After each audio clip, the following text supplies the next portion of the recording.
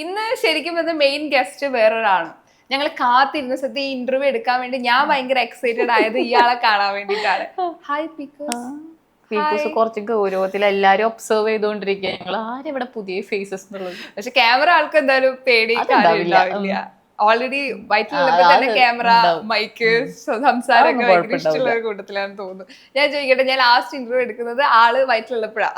അപ്പൊ ഇപ്പൊ എടുക്കുന്ന ആള് പുറത്തു വന്നു. ആൻഡ് അന്ന് ഞാൻ കാണുമ്പോഴുള്ള അസ്ലീം പിന്നീട് വീഡിയോസിൽ കാണുമ്പോഴേ ബേബി വന്നതിന് ശേഷം ഭയങ്കര സ്മാർട്ടായിട്ട് കുറച്ചും കൂടി ബോൾഡ് ആയിട്ട് കോണ്ടന്റ് ചെയ്യുന്ന അസ്ലാം മാറിലെ ഞങ്ങൾ കണ്ടുകൊണ്ടിരിക്കണേ. ആ ഒരു മാറ്റം എങ്ങനെയുണ്ട്? ശരിക്കും പറഞ്ഞാൽ എങ്ങനെ ഇത്രയും കോൺഫിഡന്റ് ലെവൽ കൂടിയ ഫീലാണ് ഞങ്ങൾക്ക് വരുന്നത്? ആ മാറ്റം അത് ആക്ച്വലി ഉണ്ടല്ലോ, എന്റെ സബ്സ്ക്രൈബേഴ്സ് തന്നെയാണ് അതിന് കാര്യം തോന്നുന്നുണ്ട്. പ്രത്യേകിച്ച് ഞാൻ ഒരു മോളിലൊക്കെ പോയി കഴിഞ്ഞാൽ കാണുന്ന കുട്ടികൾ, കാരണം അവരെന്നോട് ചോദിക്കും, ചേച്ചി ഇപ്പൊ പഴയ പോലെ എന്താ വീഡിയോസ് ചെയ്യാത്തത്, ചേച്ചി പണ്ട് കുറേ വീഡിയോസ് ചെയ്യുന്നു, ചേച്ചി ഭയങ്കര ബോൾഡായിരുന്നു, ഇപ്പൊ എന്താ ചേച്ചി അങ്ങനെ. അപ്പൊ എനിക്ക് തന്നെ തോന്നി തുടങ്ങി, ഓക്കെ എന്റെ എനർജി ലെവൽ എവിടേക്കോ ഡ്രോപ്പ് ആയി വരുന്നത്. നമ്മൾ വേറൊരാൾ പറയുമ്പോഴല്ലേ നമുക്കത് മനസ്സിലാവുള്ളൂ. അതും ഒരാള് ഭയങ്കര ആത്മാർത്ഥതയോട് പറയുമ്പോൾ നമുക്ക് ശരിക്കും അത് ഫീൽ ചെയ്യും. അപ്പൊ എനിക്ക് തോന്നി ഞാൻ എവിടേക്കോ എൻ്റെ ഒരു ഐഡന്റിറ്റി ഇല്ലാതായിക്കൊണ്ടിരിക്കണമെന്ന് എനിക്ക് തന്നെ പതിയെ എനിക്ക് തോന്നിയത്. നമുക്കത് മനസ്സിലാവത്തില്ല, വേറൊരാൾ പറയുമ്പോഴേ ഉള്ളൂ. അപ്പൊ ഞാൻ വിചാരിച്ചു, ഓക്കെ ഇവള് കുറച്ച് വലുതായി കാണുമ്പോൾ, ഇവള് ജായതിന് ശേഷം അവളുടെ ഉമ്മ ഒന്നും ഇല്ലാതായി എന്ന് കേൾക്കുമ്പോൾ ഇവൾക്ക് ഭയങ്കര വിഷമല്ലേ.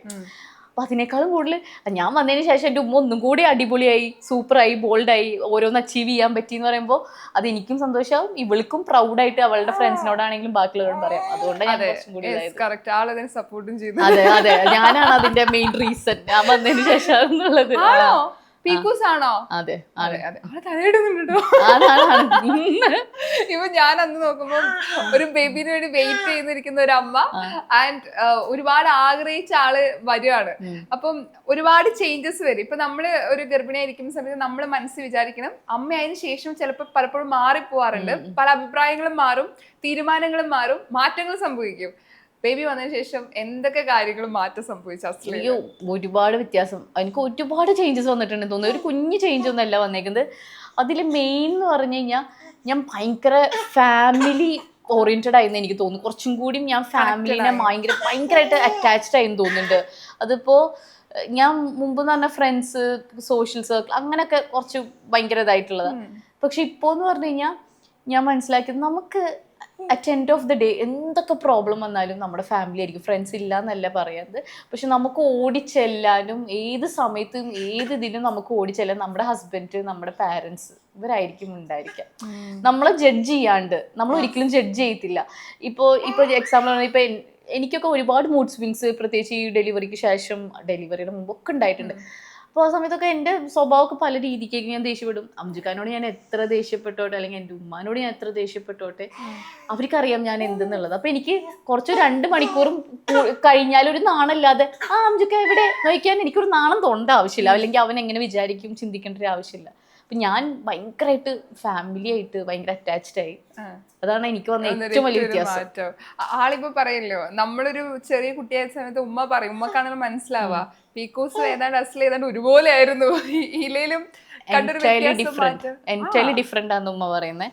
കാരണം ഞാൻ എന്ന് പറയണത് ആ വീട്ടില് അങ്ങനെ ഒരു കുഞ്ഞുണ്ടോന്ന് പോലും അറിയില്ല, ശബ്ദം പോലും പുറത്തൊക്കെ വരത്തില്ല. അതൊരു പാവം കുട്ടിയായിരുന്നു, അവിടെ ഇരുത്തിയിരിക്കും ശബ്ദം തന്നെ. അപ്പൊ ഉമ്മാക്ക് എന്റെ ഇവളുടെ പ്രായത്തിൽ ഞാൻ എന്തൊക്കെ ചെയ്യുന്ന പോലും ഉമ്മാക്ക് ഓർമ്മയില്ലാന്ന്. കാരണം അങ്ങനെ ഒന്നും ഇതില്ലല്ലോ, ചിരിക്കൂല്ലാന്ന്, ചിരിക്കേ ഇല്ലാന്ന്.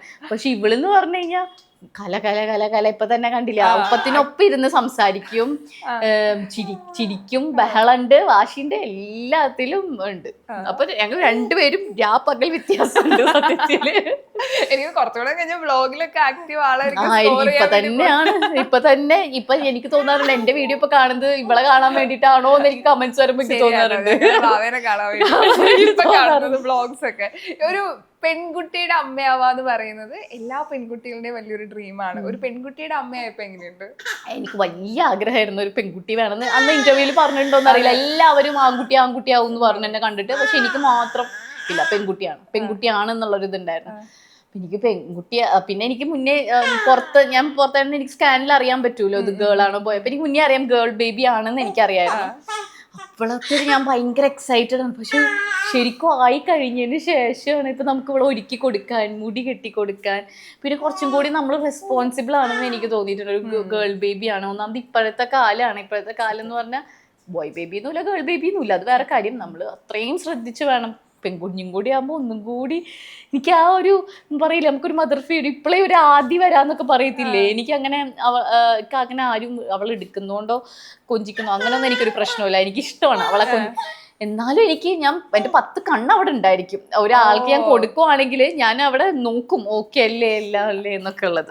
അതാണ് ഒരു ഗേൾ ബേബി ആയി എന്നുള്ളത് ഞാൻ ഭയങ്കര ഇതായിരുന്നു. ഇപ്പൊ ഞാനൊരു വീഡിയോയിൽ കേട്ടിട്ടോ, അതായത് ഒരു ബെസ്റ്റ് ഫ്രണ്ട് പോലെയാ. അതായത് ഇപ്പൊ എപ്പോഴും നമ്മുടെ കൂടെ ഉണ്ടാവും, എവിടെ പോയാലും ആളെ കൂട്ടാ. ഒരു ബെസ്റ്റ് ഫ്രണ്ട് പോലെ തന്നെ ഇപ്പൊ വാവനെ കിട്ടിയത്. ശരിക്കും നിങ്ങളുടെ ആ കണക്ഷൻ ഓരോ ദിവസവും ബിൽഡായി വരുമല്ലേ? സത്യം. എൻ്റെ ബെസ്റ്റ് ഫ്രണ്ടാണ്. എനിക്ക് എൻ്റെ മോളെക്കാൾ ഉപരി ഇവളെ എൻ്റെ ഒരു ബെസ്റ്റ് ഫ്രണ്ടാണ്. ഞാൻ പറഞ്ഞില്ലേ, ഇപ്പൊ എവിടെ ഇപ്പൊ ഞാൻ പ്രൊമോഷൻസിന് പോകുന്നുണ്ടെങ്കിൽ ഇവളുണ്ടാവും കൂടെ. ഞാൻ എവിടേക്കും ടൂർ പോയി ഇവള് എല്ലായിടത്തും, എൻ്റെ എവിടെ പോവുകയാണെങ്കിലും എൻ്റെ കൂടെ ഇവളുണ്ട്, എല്ലാത്തിനും ഉണ്ട്. അപ്പോൾ എൻ്റെ വലിയൊരു ആഗ്രഹമാണ് എന്ന് വെച്ച് കഴിഞ്ഞാൽ നമുക്ക് ഇപ്പോഴും എല്ലാവർക്കും ഉണ്ടാവില്ല ഒരു ബെസ്റ്റ് ഫ്രണ്ട് വേണം, ബെസ്റ്റ് ഫ്രണ്ട് വേണം. എനിക്ക് ശരിക്കും ഇപ്പോഴാണ് തോന്നുന്നു എനിക്കൊരു ബെസ്റ്റ് ഫ്രണ്ട് ആയത്. ഒന്ന് എൻ്റെ ഹസ്ബൻഡ് ആണെങ്കിൽ ഒന്ന് അടുത്തത് എനിക്ക് ഇവളാണ് എൻ്റെ ബെസ്റ്റ് ഫ്രണ്ട് എന്ന് പറയുന്നത്. അതെ, എനിക്ക് അയ്യോ എനിക്കിനി ഇവളില്ലാണ്ടൊക്കെ പുറത്തു പോകുമ്പോൾ ഒരു രസം എനിക്ക് തോന്നുന്നില്ല. അത് മിസ്സിങ് അല്ല, ഒരു രസം തോന്നൂല. ആ ഒരു ഹരം എനിക്ക് കിട്ടുന്നില്ല. പക്ഷെ ഇന്ന് ഭയങ്കര കുറച്ച് എനർജി കൂടി ഇരിക്കുക ആള്. ആളെപ്പോഴും ഉറക്കം വരുമ്പോ മാത്രം അവളുടെ സ്വഭാവം മാറും. ഇപ്പൊ നമ്മള് കൊച്ചിയായ സമയത്തെ പല കാര്യങ്ങളും നമ്മൾ സാക്രിഫൈസ് ചെയ്തിട്ടുണ്ട്. ഇപ്പത്തെ കുട്ടികൾക്ക് കിട്ടുന്ന പോലെ പല കാര്യങ്ങളും നമുക്ക് ഈസി ആയിട്ട് കിട്ടിയിട്ടില്ല.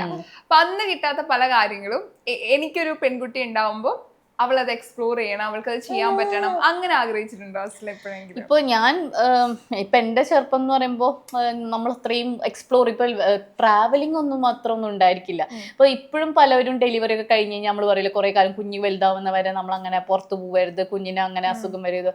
അപ്പൊ എനിക്കൊരു ആഗ്രഹം, ഇവള് ജനിച്ച സമയം തൊട്ടിട്ടേ എനിക്ക് സ്റ്റിച്ചൊക്കെ ഹീലാവാൻ കുറച്ച് ടൈം എടുത്തായിരുന്നു. അപ്പൊ അതൊക്കെ ഹീലായി കഴിഞ്ഞുകൊണ്ടിട്ട് ഞാൻ യാത്രകൾ തുടങ്ങിയിട്ടുണ്ട്. ഇവളായിട്ട് ഓരോ സ്ഥലങ്ങൾ, അറ്റ്ലീസ്റ്റ് പറ്റിയ അടുത്തുള്ള സ്ഥലങ്ങൾ ടൂറെങ്കിലും ഞാൻ ഇവളായിട്ട് പോകും.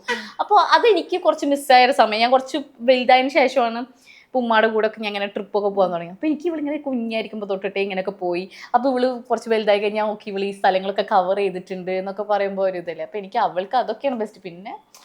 പിന്നെന്ന് വെച്ച് കഴിഞ്ഞാൽ ഇപ്പൊ എന്തൊക്കെ പറഞ്ഞാലും നമ്മൾ വളർന്ന ജനറേഷൻ എൻറ്റയർലി ഡിഫറെന്റ് ആയിരിക്കും. അപ്പൊ നമുക്ക് കുറേ റെസ്ട്രിക്ഷൻസ് ഉണ്ടായിരിക്കും. നമുക്ക് ഇടുന്ന ക്ലോത്ത്സിന് കുറേ ഒരു പ്രായം വരെ റെസ്ട്രിക്ഷൻ, നമുക്ക് പുറത്ത് പോണേന് അതൊക്കെ ഉണ്ടായിരിക്കും. അത് ഇപ്പൊ അവളുടെ നല്ലത് വെച്ചിട്ട് ഞാൻ പറയുള്ളൂ എല്ലാം ഓക്കെ എന്നല്ല ഞാൻ പറയുന്നത്. പക്ഷെ ചില കാര്യങ്ങളൊക്കെ ഞാൻ കുറച്ച് ഇവള് വലുതാണ് ഇവളുടെ ഡിസിഷൻസിനും കൂടി ഞാൻ കുറച്ച് ഇമ്പോർട്ടൻസ് ഒക്കെ കൊടുക്കും. അതാ ഞാൻ പറഞ്ഞത്, എനിക്കൊരു ബെസ്റ്റ് ഫ്രണ്ട് ആയിരിക്കാനേ താല്പര്യമില്ല. അതുകൊണ്ട് എല്ലാത്തിനും നോ പറയുന്നത് അതെനിക്ക് താല്പര്യമില്ല. ഒരു സ്ട്രിക്റ്റ് അമ്മ ആയിരിക്കില്ല എന്ന് വെച്ചിട്ട് എല്ലാത്തിനും ഗ്രാൻറ്റഡ് ആയിട്ടുള്ള ഒരു അമ്മയായിരിക്കും എനിക്കൊന്നും തോന്നുന്നില്ല. അവൾക്ക് ശരിയും തെറ്റും പറഞ്ഞു കൊടുക്കാനുള്ളത് എനിക്കുള്ളൂ. ഒരു പ്രായത്തുന്നവരെ അവർക്ക് ശരിയും തെറ്റും അറിയില്ല. അത് പറഞ്ഞു കൊടുക്കാൻ ഞാൻ തന്നെയാണ് ഏറ്റവും ബെസ്റ്റ്. അതേ പറഞ്ഞു കൊടുക്കും തെറ്റും ശരിയും. അവൾക്ക് തീരുമാനം, അവൾക്ക് അറിയാം. ഇപ്പൊ ചെറുപ്പം തൊട്ടേ ആകുമ്പോൾ ഓക്കെ എൻ്റെ ഉമ്മ എൻ്റെ നല്ലതിന് വേണ്ടിയിട്ടാണ് പറയണേ എന്നുള്ളൊരു കംഫർട്ട് സോൺ ഞാൻ ഉണ്ടാക്കിയെടുക്കും. ഈ അറ്റാച്ച്മെന്റ് എന്ന് പറഞ്ഞൊരു കാര്യം ഉണ്ടല്ലോ. ഇപ്പൊ ഒരു പുതിയൊരാള് നമ്മുടെ പാർട്ടായിട്ട് വരികയാണ്. ചിലപ്പോൾ ഈ നേരത്തെ പറഞ്ഞ പോലെ നമ്മുടേത് മാത്രമായിട്ട് ഒരാൾ വരുന്ന സമയത്ത് കുട്ടിയായിട്ട് ഭയങ്കര അറ്റാച്ച്ഡ് ആവാറുണ്ട്. ചിലപ്പോൾ അതൊരു പരിധി കഴിഞ്ഞാൽ അല്ലെങ്കിൽ ഒരു കൊച്ചിൻ്റെ ഒരു ഏജ് കൂടുന്തോറും അവിടുന്ന് വിട്ടു പോകാൻ പറ്റാത്ത അവസ്ഥയിൽ വരെ അറ്റാച്ച്മെന്റ് കൂടാറുണ്ട്. പല പാരന്റ്സും അങ്ങനെ അവരുടെ കുട്ടികളുടെ ആഗ്രഹത്തിനൊത്ത് വിടാത്തതിന്റെ ഒരു റീസൺ അതാണ്. വേർപിരിഞ്ഞ് നിൽക്കാൻ പറ്റാത്തൊരു ബുദ്ധിമുട്ട്. ചിലപ്പോൾ കുട്ടികൾക്ക് ഇഷ്ടമുണ്ടാവും, പാരന്റ്സിന് പറ്റില്ല. അപ്പൊ ഈ അവസ്ഥ ഒരുപാട് സ്ഥലത്ത് കേൾക്കാറുണ്ട്. പല കുട്ടികളും പറയാറുണ്ട് എവിടെയും വിടുന്നില്ല. അതിന്റെ റീസൺ ചിലപ്പോൾ ഇതായിരിക്കും. അത് സത്യം ഞാൻ കുറച്ച് നേരത്തെ പറഞ്ഞില്ലേ, ഞാൻ പുറത്തു പോകുമ്പോൾ വരെ ഒരു മിസ്സിങ് അല്ല. ഇവളില്ലാത്തതുകൊണ്ട് എനിക്കൊരു രസം തോന്നില്ല. അതൊരു അറ്റാച്ച്മെന്റിന്റെ ഭാഗമാണ്. ഇപ്പൊ ഇവൾക്ക് ആകെ 7 മാസം, ഈ 7 മാസം കൊണ്ട് എനിക്ക് ഇവളെ പിരിയാൻ പോലും എനിക്ക് പറ്റുന്നില്ല. അപ്പൊ നമ്മള് ഓരോ ദിവസം കൂടുമ്പോൾ അറ്റാച്ച്മെന്റ് ബിൽഡ് ചെയ്തുകൊണ്ടിരിക്കുക നമ്മൾ. പക്ഷെ നമ്മളോട് ഇവൾക്ക് എപ്പോഴും ആ സ്നേഹം വേണമെങ്കിലും എപ്പോഴും ആ ഒരു ഇവൾക്കും നമ്മളോട് അറ്റാച്ച്മെന്റ് വേണമെങ്കിൽ ഒരു സമയം എത്തിക്കഴിഞ്ഞാൽ അവരെ സ്വയം ചിന്തിക്കാനും സ്വയം അവർക്ക് ജീവിക്കാനുള്ള വഴി നമ്മൾ ഒരുക്കി കൊടുത്തു. നമ്മളെ എപ്പോഴും ഇവരെ അടക്കി പിടിച്ച് നമ്മളെ ചിറകിൽ വെച്ച് കഴിഞ്ഞാൽ അവർക്ക് നമ്മളോടുള്ള ഇഷ്ടം അങ്ങ് കുറയും. അത് പാരന്റ്സ് എന്നുള്ളത് എനിക്ക് ഭയങ്കര ബുദ്ധിമുട്ടായിരിക്കും. അത് എനിക്ക് ആലോചിക്കുമ്പോൾ എനിക്ക് സങ്കടം വരും. ഇവളൊക്കെ കുറച്ച് കാലം കഴിഞ്ഞ് ഒരു സ്കൂളൊക്കെ കഴിഞ്ഞ് ഡിഗ്രിക്കൊക്കെ ആകുമ്പോഴും എവിടേക്കെങ്കിലൊക്കെ പോകില്ലേ, എവിടേക്കെങ്കിലൊക്കെ പോലെ എന്നെ പറ്റി പോകുമ്പോൾ ഇപ്പോഴേ എനിക്ക് സങ്കടം. പക്ഷെ അത് ചെയ്തേ പറ്റൂ. എന്നാലല്ലേ അവൾക്കും വളരാൻ പറ്റില്ല. എപ്പോഴും എന്നെ ഡിപ്പെൻഡ് ചെയ്ത് എപ്പോഴും എൻ്റെ അല്ലെങ്കിൽ അംജുക്കാനെ ആശ്രയിച്ചിരുന്ന് കഴിഞ്ഞാൽ അവൾക്ക് എവിടെ വളർച്ച ഉണ്ടായിരിക്കും? അവൾ എങ്ങനെ പുറം ലോകം കാണും? എപ്പോഴും ഞങ്ങളെല്ലാം ചെയ്തു കൊടുത്തു കഴിഞ്ഞാൽ അവൾക്ക് സ്വയം വളരാൻ ഉണ്ടാവില്ല. സത്യം. അപ്പൊ അവൾക്ക് വളരാൻ വേണ്ടി അവൾ കുറച്ച് പ്രായം കഴിഞ്ഞ് കഴിഞ്ഞാൽ അവൾ തന്നെ പറക്കട്ടെ. ഞങ്ങൾ ഏറ്റവും കൂടുതൽ ഭയങ്കര ഇമോഷണൽ ആയിട്ട് കണ്ടൊരു വീഡിയോ അംജുക്ക് ബേബിയും ഫസ്റ്റ് മീറ്റ് ചെയ്യുന്ന വീഡിയോ. അയ്യോ, അത് എത്ര തവണ കണ്ടു എന്നറിയില്ല, അത് ഭയങ്കരമായിട്ട് കണക്റ്റ് ആയി. എനിക്ക് തോന്നുന്നു ഒരാളുടെ ഒരു നമ്മൾ പ്രസവിക്കാൻ പോകുന്ന ആ സമയത്ത് നമ്മുടെ കൂടെ നമ്മുടെ ഇഷ്ടപ്പെട്ട ഫാമിലി മെമ്പേഴ്സ് ആളുകൾ കൂടെ വേണം, പ്രത്യേകിച്ച് ഹസ്ബൻഡ് കൂടെ ഉണ്ടാവുക എന്ന് പറയുന്നത് ഭയങ്കര സന്തോഷമുള്ള കാര്യമാണ്, ഒരു ധൈര്യമാണ്. പക്ഷെ അസ്ല ആ സമയത്ത് കടന്നുപോയ സിറ്റുവേഷൻ എന്ന് പറയുന്നത് എങ്ങനെ അത് സർവൈവ് ചെയ്തു എന്നറിയില്ല. അത് ഓരോ കാര്യം പറയുമ്പോഴായിരിക്കും സൈഡിൽ ഇപ്പോൾ ഓരോരുത്തർ നമ്മളൊരു പബ്ലിക് ഫിഗർ ആകുമ്പോൾ സോഷ്യൽ മീഡിയയിൽ വീഡിയോസ് ഇടുന്ന ഒരാളെന്ന നിലയിൽ തന്നെ ഒരുപാട് കമൻസ് വരുന്നു, ഈ പറഞ്ഞ സൈബർ ബുള്ളിങ് വരുന്നു. ഏത് സ്റ്റേജിലാണ് ഇരിക്കുന്നത് പോലും ചിന്തിക്കാതെയാണ് ഒരു വശത്ത് കമന്റ്സ് വരുന്നത്. എങ്ങനെ ഇത്ര സ്ട്രോങ് ആയത്, അല്ലെങ്കിൽ അത് എങ്ങനെയാണ്? എന്നെ സംബന്ധിച്ച് അത് ഭയങ്കര ഹാർഡായിട്ടുള്ള കാര്യമായിരുന്നു. എനിക്ക് സ്ട്രോങ്, ഞാൻ ഒരിക്കലും ആ സമയത്ത് സ്ട്രോങ് ആയിരുന്നില്ല. ഒന്നാമെന്ന് വെച്ച് കഴിഞ്ഞാൽ എനിക്കറിയുള്ളൂ ഞാനത് ഇപ്പം എല്ലാവരും പറയും എന്ത് ഭാഗ്യ ചെയ്തേക്കുന്ന പാരൻസിൻ്റെ കൂടെ അല്ലേ നിൽക്കുന്നത്. എത്രയോ പേർക്ക് അത് ശരിയാണ്, എനിക്ക് പാരൻസിൻ്റെ എല്ലാ സപ്പോർട്ടും ഉണ്ടായിരിക്കുന്നത്, എനിക്കൊരു ബുദ്ധിമുട്ട്.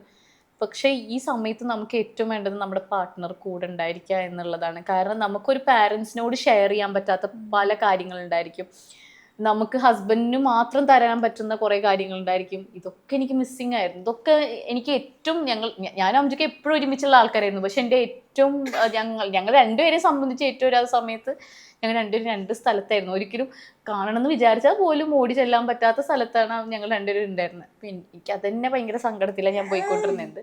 പക്ഷേ നമുക്ക് സിറ്റുവേഷൻ ആക്സെപ്റ്റ് ചെയ്തേ പറ്റൂ, ഒന്നും ചെയ്യാനില്ല അതിൽ. ആ സമയത്ത് സോഷ്യൽ മീഡിയ എല്ലാം കൂടിയും സൈബർ ബുള്ളിങ്ങിൻ്റെ എക്സ്ട്രീം ആയിരുന്നു. ഓക്കെ, ഞങ്ങൾ രണ്ടുപേരും ഡിവോഴ്സ് ആയി എന്ന് പറഞ്ഞ് കുറേ പേര് പറഞ്ഞുണ്ടാക്കിയിട്ടുണ്ട്. വീട്ടുകാർ തമ്മിലെ പ്രശ്നങ്ങളാന്ന് പറഞ്ഞിട്ട് കുറേ പേരുണ്ടാക്കിയിട്ടുണ്ട്. ലൈഫിലത്തെ ഏറ്റവും ഹാർഡസ്റ്റ് ആയിട്ടുള്ള ടൈമായിരുന്നു എൻ്റെ പ്രഗ്നൻസി ടൈം. ഒന്നാമത് എനിക്ക് കുറേ കോംപ്ലിക്കേഷൻസ് ഉണ്ടായിരുന്നു, ഒരുപാട് കോംപ്ലിക്കേഷൻസ് എൻ്റെ ഡെലിവറി ത്രൂ സ്റ്റാർട്ടിങ് തൊട്ടിട്ട് ഡെലിവറി കഴിയുന്ന വരെ എനിക്കുണ്ടായിരുന്നു, അത് കഴിഞ്ഞിട്ടും എനിക്കുണ്ടായിരുന്നു. അപ്പോൾ ആ സമയത്തൊക്കെ എനിക്ക് കാണാൻ കൊതിയായിട്ടുണ്ട്. എനിക്ക് അംജുക്കാനൊന്ന് കണ്ടാൽ മതി, എനിക്കൊന്ന് കണ്ടാൽ മതി എന്ന് തോന്നിയിട്ടുണ്ട്. വീഡിയോ കോളൊക്കെ ചെയ്യുമ്പോൾ ഞാനും കരയാറുണ്ട്, അവനും കരയാറുണ്ട്, രണ്ടുപേരും കരയാറുണ്ട്. അപ്പം ഇതൊന്നും ആരും കാണുന്നോ അറിയുന്നൊന്നുമില്ല. ഇപ്പോഴും ഞാൻ മിസ് ചെയ്യുന്നുണ്ട്. ഇപ്പോഴും പീക്കുവിൻ്റെ ഏറ്റവും കാണേണ്ട അറിയേണ്ട ഭാഗങ്ങൾ ഇപ്പോൾ കഴിഞ്ഞുകൊണ്ടിരിക്കുന്നത്. അപ്പോൾ ഇപ്പോൾ അംജുക്ക മൊത്തത്തിൽ ഇപ്പോൾ കണ്ടിട്ടുണ്ടാവുക അവളെ ഒരു 11 ദിവസമാണ്. ഇവള് ജനിച്ചിട്ട് അവനക്ക് ആകെ കൂടെ നിൽക്കാൻ പറ്റിയിരുന്ന ഒരു 11 ഡേയ്സാണ്. അപ്പോൾ അത് കഴിഞ്ഞ് ഇപ്പം എത്ര 7 മാസം. അപ്പോൾ ഇതൊക്കെ അവനക്ക് മിസ്സിങ് അല്ലേ. എന്നേക്കാൾ കൂടുതൽ സങ്കടപ്പെടുന്നത് അംജുക്കയാണ് ഒരു ഭാഗത്ത്. പിന്നെ UK യിലാണ്. അപ്പോൾ UK യിൽ ഉറപ്പായിട്ട് ഒറ്റപ്പെട്ടിട്ടായിരിക്കും അവൻ ജീവിക്കുന്നുണ്ടായിരിക്കാം. ഇവിടെ എനിക്ക് ചുറ്റിനും ഫാമിലി ഉണ്ട്, അംജുക്കാടെ ഫാമിലി, എൻ്റെ ഫ്രണ്ട്സ് ഇവിടെ നാട്ടിലുണ്ട്. പക്ഷെ അംജുക്കാനെ സംബന്ധിച്ച് ജോലി കഴിയുക, ജോലി കഴിയുക, വീഡിയോ കോളിൽ കൂടെ എന്നെയും കുട്ടീനെയും കാണാം. അതെന്ന് പറയുന്ന സിറ്റുവേഷൻ അത് അനുഭവിക്കുന്നവർക്ക് മാത്രമേ അത് മനസ്സിലാവുള്ളൂ. നമ്മൾ പുറത്തിരുന്ന് കമൻറ്റ് ചെയ്യണോ അവൾക്ക് എന്താ കുഴപ്പം, അവൾക്ക് എന്താ സുഖം എന്ന് പറയുന്നവർക്കൊന്നും നമ്മുടെ ഉള്ളിലത്തെ വിഷമവും കാര്യങ്ങളൊന്നും മനസ്സിലാവത്തില്ല. ഇപ്പോൾ ലോങ് ഡിസ്റ്റൻസ് ആയിട്ട് നിൽക്കുന്ന ഒരുപാട് കപ്പിൾസ് ഉണ്ട് ഇതേ സിറ്റുവേഷനിൽ. അതിൽ കമന്റ്സ് താഴെ വന്നതും ഞങ്ങൾക്ക് ആ പെയിൻ അറിയുന്ന, അത് ചിലപ്പം അവർക്ക് ചിലപ്പോൾ ഇത്തരം സിറ്റുവേഷനിൽ നിൽക്കുന്ന കപ്പിൾസിന് ചിലപ്പോൾ ഇത് ഭയങ്കരമായിട്ട് കണക്റ്റഡ് ആവും.